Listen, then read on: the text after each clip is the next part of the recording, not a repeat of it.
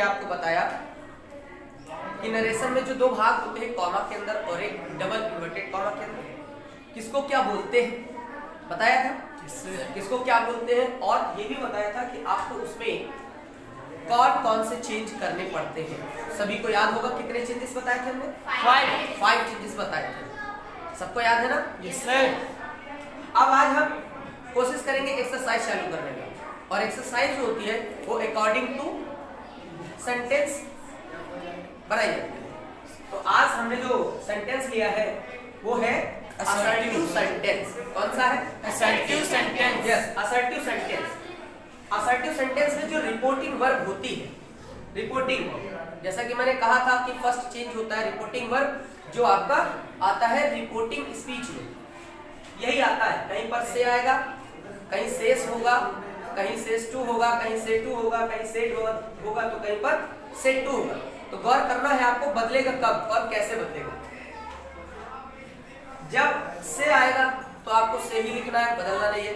लेकिन यहीं पर अगर से टू हो जाए तो आपको टेल में बदल देना है। अगर से के जगह पर सेस आ जाए, जैसे यहाँ पर एस बढ़ जाता सेस, तो आप यहाँ पे सेस रखेंगे। लेकिन अगर यहाँ पर सेस टू होता है तो यहाँ पर भी एस बढ़ जाएगा, तो हो जाएगा टेल्स। सेड आएगा तो सेड ही रखेंगे, लेकिन सेड टू आएगा तो टोल्ड कर देंगे। लेकिन ये कब, ये रूल्स फॉलो करना है जब हमारा सेंटेंस असर्टिव है। और कंजक्शन क्या लगाएंगे? कंजक्शन क्या होता है? मैंने कहा था जो दो वाक्यों को, दो सेंटेंस को, है ना, वर्ड, फ्रेज, क्लॉज, इनको जोड़ता है वो होता है कंजक्शन। तो पहले हम क्वेश्चन लेते हैं, तब आपको समझाने का प्रयास करते हैं। तो आइए क्वेश्चन लेते हैं। जैसे he said to me, comma के अंदर का भाग क्या हुआ? he said to me, मतलब ये रिपोर्टिंग स्पीच आपका हो गया। उसके बाद डबल इन्वर्टेड कॉमा के अंदर लेंगे, जैसे कि I am reading my book. I am reading my book. आपके सामने क्वेश्चन है, तो क्वेश्चन देखने के बाद आप क्या सोचोगे? भाई आपके सामने क्वेश्चन है तो आप जो थॉट है वो कहां से आपकी शुरू होगी? जैसे इतना आपके पास क्वेश्चन है तो आपको इधर वाला नहीं देखना है, सबसे पहले ये देखना है कि रिपोर्टेड स्पीच की जो शुरुआत है वो कैसे हुई है। आप देखिए किससे शुरू हुआ है? आई से। तो आई क्या है? सब्जेक्ट। मतलब ये पता चल रहा है कि ये हमारा अफर्मेटिव है। क्या है? अफर्मेटिव। और इस असर्टिव के अंदर आप जानते हैं अफर्मेटिव और निगेटिव दोनों आते हैं। तो मैंने पहले की क्लास में आपको बताया है कि असर्टिव क्या है, अफर्मेटिव और निगेटिव दोनों असर्टिव कहे जाते हैं। तो जब हमने देख लिया कि भाई हमारा अफर्मेटिव है, क्या है? अफर्मेटिव, तो मतलब हमारे दिमाग में क्या चलने लगा कि जब हमने देखा कि अफर्मेटिव है या नेगेटिव भी होगा तो कंजक्शन लगेगा दैट, मतलब इन दोनों के बीच में यहाँ पर क्या लगेगा? पहला तो ये आप समझ लीजिए कि ये कॉमा इन्वर्टेड कॉमा हट जाएंगे और इसके जगह पर कंजक्शन जो है वो दैट लगेगा। दूसरी बात ये है कि इसमें से आप मैच करिए कौन सा है इसमें, ये है ना सेट टू है, सेट टू है तो किसमें बदलेगा? दो बदलाव हो गए। तो आइए पहले शुरू करते हैं, दो बदलाव करते हैं। ही यहाँ पे क्या कर दिया? Told me. इधर वाले में सिर्फ ये अकेला बदलता है। क्या कहा? अकेला बदलता है। टोल्ड में बदल गया, टू नहीं लगेगा, टोल्ड हो गया मी हो गया, मतलब इधर कोई मी भी को नहीं बदल रहा है, सिर्फ एक ही रूल्स है, मतलब एक ही चेंज है जो है रिपोर्टिंग वर्ब, इसको हमने टोल्ड कर दिया। आपको पता है टोल्ड क्यों किया? क्योंकि इधर वाला सेंटेंस असर्टिव है। मान लीजिए कभी कोई दूसरा हो जाए, इंट्रोगेटिव हो जाए, एक्सक्लेमेटरी हो जाए, है ना, तो क्या आप टोल्ड करोगे? नहीं। इस बात को हमेशा याद रखना कि टोल्ड हम तभी करेंगे जब यहाँ पर असर्टिव होगा, मतलब चाहे अफर्मेटिव हो चाहे नेगेटिव हो, सिर्फ दो के लिए। मैंने ट्रांसलेशन सिखाया ना 1 के 6 बनाना, उसमें से अफर्मेटिव और नेगेटिव दो होते हैं, जो सब्जेक्ट से शुरू होते हैं, नेगेटिव में नॉट एक्स्ट्रा होता है, याद है ना। तो अफर्मेटिव और नेगेटिव दो के लिए सिर्फ हम कंजक्शन दैट लगाएंगे और ये वाले रूल्स लगाएंगे। इतना जरूर याद कर लीजिए कि पहले एक्सरसाइज हमको ये याद करना है। चलिए दूसरा, इन दोनों के जगह पर मैंने कंजक्शन क्या लगा दिया? दैट। दो रूल किसको समझ में आ गए? हम उठाइए सर। कंजक्शन और रिपोर्टिंग वर्ब किसको किसको आ गया है? आप गौर से सुनेंगे तो बिल्कुल आ जाएगा, ठीक है। उसके बाद यहाँ पर देखिए ये कौन सा चेंज है, इसीलिए मैंने पहले सिखाया था आपको पहले क्लास में कि यहाँ पर ये है जो इसको क्या कहेंगे, कल क्या बताया था मैंने? Partial change. गुड, क्योंकि इसीलिए ना एक्सरसाइज शुरू करने से पहले मैंने सारा उसका बायोडाटा समझा दिया ताकि आप पढ़ते समय बनाते समय कंफ्यूज हो। तो ये क्या कहलाएगा? पर्सन। Person change.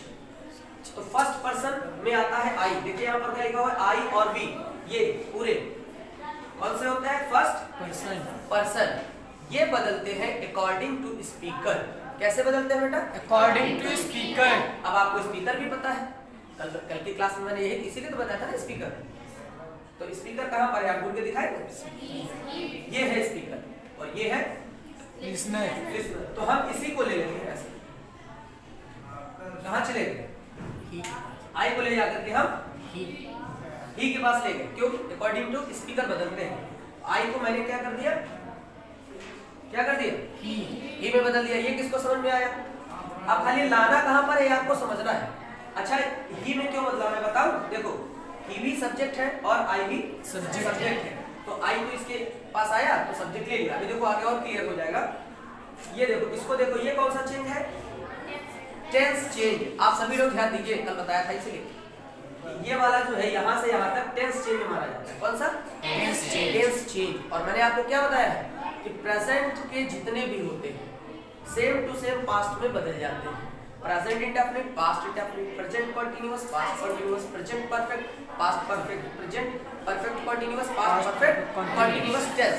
और पास्ट के 4 होते हैं। इंडेफिनिट बदल जाता है परफेक्ट में। देखिएगा गौर से, इंडेफिनिट पास्ट का पास्ट के ही परफेक्ट में, मतलब कंटीन्यूअस छोड़ देता है ये वाला इसमें।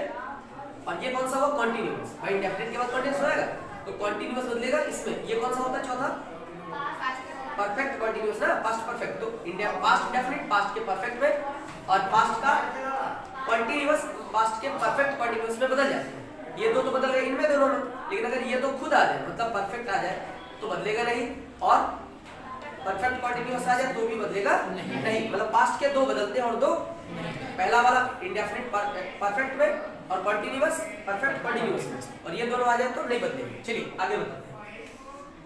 तो ये प्रेजेंट कंटीन्यूअस है। कौन सा है? Present continuous. ये हमारा किसमें आता है बताया ना? प्रेजेंट कंटीन्यूअस है। तो पास्ट में क्या आता है? Was verb. क्या आता है? Was verb. अगर हम इसको बदल ले, देखिए मैंने क्या कर दिया, ही के साथ क्या लगा है? वाज। हमारे पास 2 चॉइस थी, वाज और वर्ब, लेकिन मैंने क्या किया, वर्ब तो लिए नहीं क्योंकि वो प्लूरल नंबर में होता है और ये सिंगुलर में होता है। ठीक, क्या वर्ब में कोई बदलाव होगा? नहीं। क्यों? प्रेजेंट कंटीन्यूअस पास्ट कंटीन्यूअस की मेन वर्ब तो एक ही जैसी रहती है, सिर्फ हेल्पिंग वर्ब होती है। तो क्या हो गया? I was reading. अब देखिए आई में माई भी होता है, तो अब हम माई को भी क्या करेंगे? आई के साथ यही ले लेंगे। मतलब ये 6 आई, मी, माई, वी, अस, अवर, ये सबके सब स्पीकर के पास जाएंगे। आप समझ लीजिए, first person according to speaker change होगा, तो इसलिए माई भी यहाँ पे आया। अब बताओ यहाँ पर क्या लिखेंगे?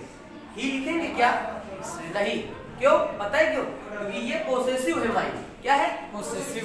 इसके पास आया, ये सब्जेक्ट है लेकिन इसका पोसेसिव लिख रहा है। अब देखो ही का पोसेसिव कहाँ लिखा है? ही का पोसेसिव क्या लिखा है? हिज। आ रहा है समझ में? कि मतलब पहले आई को था मैंने ही में चेंज किया, लेकिन माई को ही में नहीं चेंज किया, गया जबकि ही के पास है।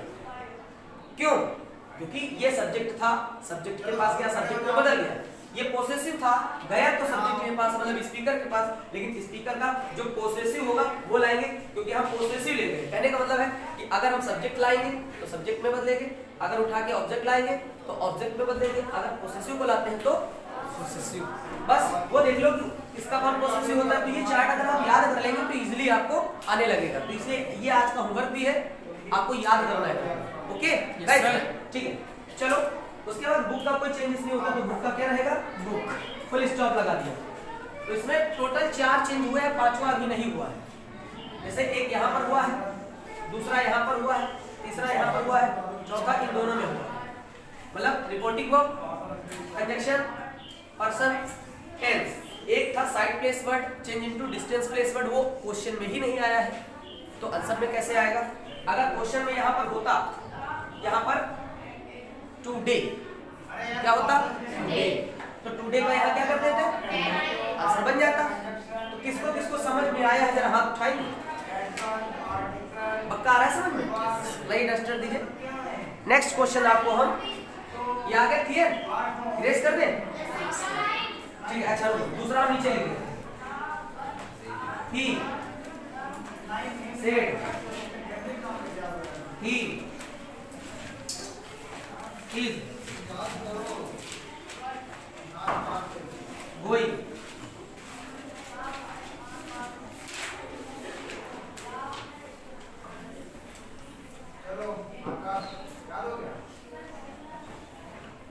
ठीक है। इधर देखो, बोर्ड पर देखो सबके सब। क्वेश्चन ये वाला भी समझ लो, उसके बाद आप डिस्टर्ब नहीं करेंगे। सुनिए इस वाले क्वेश्चन में जरा गौर से देखिए। ही सेड, अब सेड के बाद देखिए कोई लिसनर आया है क्या? लिसनर नहीं आया है। तो क्या मैंने सिखाया है कि जब लिसनर नहीं आ रहा है, जब अकेला होता है तो क्या होता है? सेड बदलता नहीं है। बस पहला रूल्स आया समझ में? सेड। तो हमने क्या किया? He said. मतलब और नहीं दिमाग लगाएंगे कि ये ही बदलेगा तो नहीं बदलेगा, कुछ नहीं। मैंने कहा था ना कल कि इस साइड में जो कॉमा के अंदर होता है, जिसे हम लोग बोलते हैं रिपोर्टिंग स्पीच, उसके अंदर सिर्फ और सिर्फ बदलती है रिपोर्टिंग वर्ब। अगर वो नहीं बदल रही है तो बात खत्म, चुपचाप उतर। ये देखो दोनों क्या है? कॉमा नोटेड कॉमा है ना, इसको हटाओ, कंजंक्शन क्या लगाओ? लेकिन एक शर्त है बेटा, शर्त है दैट लगाने की, क्योंकि कंजंक्शन बहुत प्रकार के होते हैं, वो अलग अलग लग सकते हैं। यहाँ पर आप कह सकते हो सर ये दैट वाला हम इसलिए लगा रहे हैं क्योंकि आप देख सकते हैं कि यहाँ पर ही से शुरुआत हो रही है, और ही हमारा क्या है? सब्जेक्ट है, और सब्जेक्ट से शुरू वही होता है या तो अफर्मेटिव या तो कौन शुरू होता है? मैं पिछली क्लास में हाफ ईयरली के कोर्स में आपको सिखाया था ना। तो अफर्मेटिव की पहचान तो सबको आती है ना। अगर मान लीजिए यहाँ पे नेगेटिव होता तो तब भी कंजंक्शन वगैरह यही लगता, लेकिन अफर्मेटिव नेगेटिव दोनों में से एक होना चाहिए। ठीक है, चलिए अब बताओ बेटा, ये जो ही लिखा हुआ है, क्या लिखा हुआ है? ही। तो ये क्या फर्स्ट पर्सन है या सेकंड है या थर्ड है? बोलिए जल्दी बोलिए भाई। फर्स्ट पर्सन में कौन कौन होता है? आई भी होते हैं, उसकी पूरी फैमिली होती है। सेकंड पर्सन में क्या होता है? यू। तो ये जो ही आया है मतलब ये अदर में से है, मतलब इनको छोड़कर किसी का नेम वगैरह भी क्यों ना आ जाए वो थर्ड ही माना जाएगा। क्या? थर्ड ही। और उसको बदला मतलब ना तो थर्ड बदला जाएगा ना तो थर्ड की कोई फैमिली बदलेगी, कोई भी नहीं बदला जाएगा। तो इसलिए ही का हम क्या करेंगे? उसके बाद देखो ये कौन सा टेंस आया है?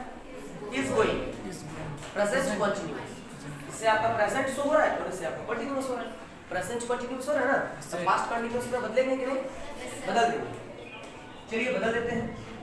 ही के साथ क्या लगाओगे? वाज। गोइंग का going to Lucknow, same to same. लेकिन उस वाले क्वेश्चन से इस वाले क्वेश्चन में क्या है? उसमें से टुडे है, उसमें नहीं था, तो इसमें टुडे का क्या कर देंगे? That day. आंसर हो गया, क्लियर? इसको समझ में आया? अब एक एग्जांपल अगर और सीख ले तो आपका एकदम क्लियर हो जाए। पता है कौन सा एग्जांपल? एक एग्जांपल और, सिर्फ थर्ड देख ले। जैसे ही सेज, यहाँ पे हमें चेंज कर दिया। He says comma inverted comma, he is going to Lucknow. इस और उस क्वेश्चन में क्या डिफरेंस है बताइए मुझे? इसमें टुडे भी लगा लेते कोई दिक्कत नहीं है। ठीक है, इसमें सेट था, इसमें शेष है। क्या शेष टेल्स में बदलेगा या नहीं? नहीं बदलेगा, क्योंकि शेष के बाद लिस्टर नहीं है, और होता तो टेल्स में कर देते।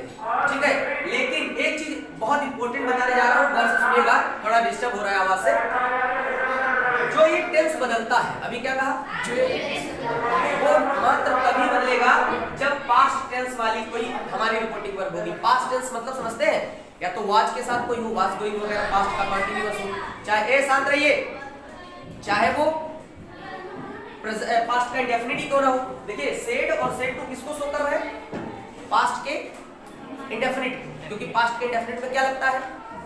Second form. ये सेकंड फॉर्म है, से की सेकंड फॉर्म। कहने का मतलब चाहे वो हैड के साथ आए, चाहे वॉज के साथ आए, चाहे सेकंड फॉर्म हो, चाहे हैड बीन आए, मतलब ये कि अगर इधर रिपोर्टिंग वर्ब हमारी पास्ट टेंस में है, किसमें? पास्ट टेंस में। पास्ट टेंस में। सब क्लियर है ना? तो पास्ट अभी देखो ये पास्ट में थी, ये भी पास्ट ही इंडेफिनिट में थी, लेकिन ये प्रेजेंट इंडेफिनिट में आ गई है। तो इधर टेंस नहीं बदलता है, ये आपको ध्यान रखना है। तो इसलिए हम क्या करेंगे? ही शेष को क्या करेंगे, शेष ही रखेंगे क्योंकि लिसना नहीं है, वो बदलेगी नहीं। और यहाँ पे क्या लगाएंगे, डेड, और ही थर्ड पर्सन है वो बदलेगा नहीं, क्या और इस बार यहाँ पर प्रेजेंट आया हुआ है, रिपोर्टिंग पर प्रेजेंट टेंस में है, इसलिए इसका टेंस भी नहीं बदलेंगे। क्या नहीं बदलेंगे, टेंस भी नहीं। तो ये आप सीख लीजिए अच्छे से, क्या इसमें ध्यान देना है।